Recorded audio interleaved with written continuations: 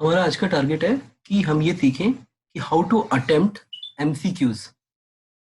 अगर examination hall में हमें एक ऑब्जेक्टिव क्वेश्चन दिखता है जिसके मल्टीपल ऑप्शंस हैं, उसमें से हम कैसे अपना ऑप्शन टिक करेंगे। जैसे आप क्वेश्चन रीड करते हो, first step is always while reading the question आप ये देखो कि आपको निकालना क्या है, what variable you have to find. हमेशा फर्स्ट स्टेप ये रखना। जितनी क्विक स्कैन में आप क्वेश्चन में ये वेरिएबल खोज पाओ कि निकालना क्या है, उतना बेटर आप विजुलाइज करते हो। निकालना क्या है, it is the first line of attack. उसके बाद जैसे ही हमने क्वेश्चन की लैंग्वेज को इतना पढ़ लिया कि निकालना क्या है, फिर हम अपने मॉडल पे आ जाते हैं। We have to draw the question scenario जो आपने पढ़ा है। यहाँ से यहाँ कंटेंट है, हमको उसको एक पिक्टोरियल फ्रेम में रखना पड़ेगा जहां हम एनालाइज कर सकें। देखो, कई बार आपको लगेगा कि सर क्वेश्चन पिक्चर बेस्ड नहीं है। एग्जाम्पल के लिए सोचो आपसे एक्सेलरेशन दिया हुआ है, निकालना है सॉरी, और आपने इतनी छोटी सी पिक्चर बनाई। पोजीशन वेरिएबल दिया हुआ है, वेलोसिटी को एक बार डिफरेंशिएट, फिर एक्सेलरेशन को एक और बार डिफरेंशिएट। आप हमेशा किसी भी क्वेश्चन का निकालना क्या है वहां तक डायग्राम बना सकते हो और ये हमेशा हेल्प करता है। अगर आप विजुलाइज कर पा रहे हो तो इट इज ऑलवेज बेटर। ये होगा क्या, उसके बाद जैसे ही आप हल्का सा एक डायग्राम बना लेते हो, मैकेनिक्स का है तो डायग्राम तो इनएविटेबल है, आपको बनाना ही पड़ेगा। लेकिन अगर मैकेनिक्स नहीं है तो आप इस टाइप के छोटे मोटे कि हाउ टू डू टाइप का फ्लो लिखना। फ्लो कैसे आप निकालोगे, तो ये डायग्राम आपको हेल्प करेगा। उसके बाद क्वेश्चन में से डेटा को ऑर्गेनाइज करो।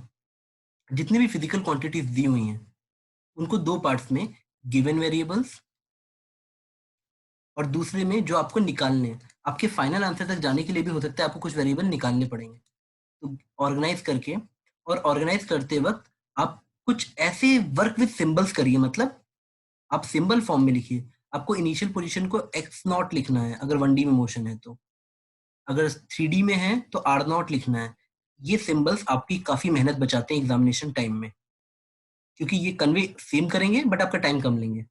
वर्क विद सिंबल और ऑर्गेनाइज करो पूरे डेटा को गिवन में, और जो आपको इंटरमीडिएट वेरिएबल सॉल्व करने हैं उनमें। उसके बाद उस टॉपिक से रिलेटेड जितनी इक्वेशन आपको लगता है यूज होगी उनको लिस्ट कीजिए। आपको वोल्टेज निकालना है चेंजिंग फ्लक्स की वजह से, just write down E equal to -dφ/dt। इसके बाद आपका मन करेगा फुल्ली सॉल्व करने के लिए। जहां यहां तक पहुंचने के बाद आपको लग रहा है कि चलो अब सॉल्व करते हैं, आपको हमेशा याद रखना है it's either solve and substitute और डायरेक्टली सब्स्टिट्यूट। मतलब आपको जैसे ही ये वेरिएबल मिले कि आपको निकालना कैसे है, यहाँ तक आ गए। उसके बाद आप जब इसको सॉल्व करने जाते हो तो आप इन ऑप्शंस पे आ जाओ। बेटा, दो आपको लग रहा है कि इट्स वेरी लेंदी प्रोसेस जो मैं आपको बता रहा हूँ, बट ये बिल्कुल फ्रैक्शन ऑफ सेकंड्स में हो रहा है। आपने देखा निकालना क्या है, फिर आप कूद के गए, आपने मेंटल पिक्चर बनाया कि आंसर तक कैसे पहुंचोगे। उसके बाद आपने गिवन डेटा निकाला इसमें से, उसको ऑर्गेनाइज किया, उसको जानबूझ के सिंबल्स फॉर्म में रखा। फिर आपने जो अननोन डेटा, जो इंटरमीडिएट डाटा, उसको जो इंटरमीडिएट वेरिएबल्स है उसके नाम रखे, वीएक्स या कुछ भी करके ऐसे वेरिएबल्स के नाम रखे। उसके बाद अब उस टॉपिक से रिलेटेड इक्वेशंस बनाई जो जो आपको यूज करनी है। उसके बाद आप सॉल्व करने जा रहे हो तो बेटा आपको कुछ फैक्टर्स दिमाग में रखने हैं। वो फैक्टर ये सब है कि जरूरी नहीं कि हमें पूरा सॉल्व करना पड़े, हो सकता है हमें सॉल्व भी करना पड़ेगा। ये सारे ऑप्शन ऐसे दिए हैं 19.2, 19.1, 19.6, तो बेटा वो चाहता है कि आप सॉल्व करके निकालो, तो सॉल्व भी करना पड़ सकता है। बट सॉल्व एंड सब्स्टिट्यूट क्यों लिख रहा हूँ, ताकि कई बार हम जैसे ही इसको स्टार्ट करें हमको एक रिजनेबल आइडिया लग जाता है कि आंसर कितना आएगा। तो उसके बाद आपको इन सब मैटर में जाके, इन सब वेस में जाके अपना आंसर टिक करना होता है। क्या आपका जो फाइनल आंसर है, क्या वो डायमेंशनली किसके साथ मैच कर रहा है। उसके बाद क्या वो न्यूमेरिकली रीजनेबल है साइन के साथ। अब सपोज आप मास निकाल रहे हो तो बेटा मास नेगेटिव में आइए तो पाप हो जाएगा।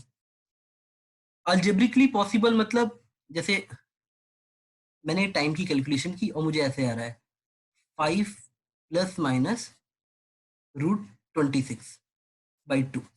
अब मुझे पता है कि मैं सिर्फ 5+ लूंगा, मैं माइनस वाला नहीं लूंगा क्योंकि टाइम नेगेटिव में चला जाएगा। तो हमको ये सब देखना पड़ता है कि कहीं ऐसा तो नहीं हमारा आंसर इमेजरी से वेरी इमेजरी पुट करने से मैच कर जाए, लेकिन वो पॉसिबल नहीं होगा क्योंकि टाइम हमेशा आपका रियल वेरिएबल आएगा। उसके बाद फंक्शनली रीजनेबल है कि नहीं।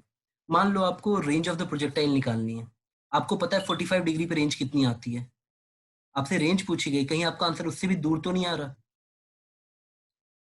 बेटा आपको पता है कि साइन थीटा की वैल्यू पूछी गई है, तो बेटा आपको पता है साइन थीटा यहाँ से -1 से +1 के बीच में आएगा, तो साइन थीटा 2 नहीं आना चाहिए। ये सब चीजें एमसीक्यू करते वक्त बहुत मैटर करती हैं, ये नहीं होना चाहिए।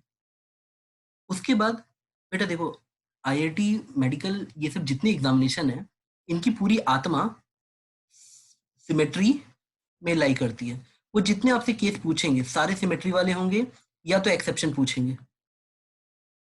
तो जानबूझकर अपने केस में जब तक आप आंसर को देख पा रहे हो तो विजुलाइज करो कि उसमें से एक्सेप्शन कहाँ पे आएगा या सिमेट्री कहाँ दिखेगी। जनरली वो आंसर टिक करने में आपको हेल्प करती है।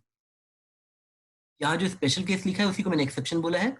उसके बाद आंसर टिक करते वक्त सारे जो अच्छे एग्जामिनेशन होते हैं, आईआईटी स्पेशली बिट्स हो गया, ये सारे एग्जाम, वो हमेशा सिग्निफिकेंट फिगर्स का ख्याल रखते हैं।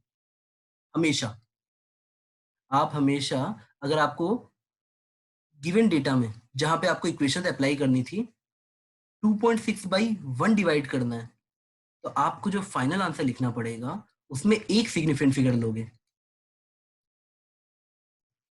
हमेशा इस बात का ख्याल रखना कि आखिरी में, अंत में हमको सिग्निफिकेंट फिगर भी चेक करने पड़ते हैं। तो दिस इज शॉर्ट ऑफ वे कि हम अटेम्प्ट कैसे करते हैं फिजिक्स का कोई प्रॉब्लम आए। अब इसके बाद आप ये भी देख सकते हो कि एक मैं गोल्डन रूल तरह से दे रहा हूं आपको, ये सिर्फ अटेम्प्टिंग के बारे में है। पेपर अटेम्प्ट कैसे करना है उसके बारे में हमने कुछ बात नहीं की है। अगर आप मान चुके हो कि आपको क्वेश्चन आता है तो आप कैसे अटेम्प्ट करोगे कि जल्दी सॉल्व हो। अगर आप ध्यान से देखोगे तो इसका नाम डू लेस है। आप इस पे थोड़ा सा ध्यान दो। आप कभी भी रियलिटी में जब ज्यादा क्वेश्चन सॉल्व करोगे तो ऑटोमेटिकली आपका माइंड ऐसे ही वर्क करेगा। Just a special bonus tip, कभी भी एग्जामिनेशन हॉल में अगर कोई एमसीक्यू आपको 30 सेकंड में स्ट्राइक नहीं कर रहा है, ये कैसे पहुंचना है यहाँ तक लिस्ट तक, तब आप उस क्वेश्चन को स्किप कर दीजिए। वो क्वेश्चन उस समय आपसे नहीं होगा। जब दोबारा पेपर में रिव्यू करने आए तब आप अटेम्प्ट कीजिएगा। 30 second rule is very important, आप याद रखिएगा। बेटा मैं क्लोज करता हूँ मीटिंग आज की।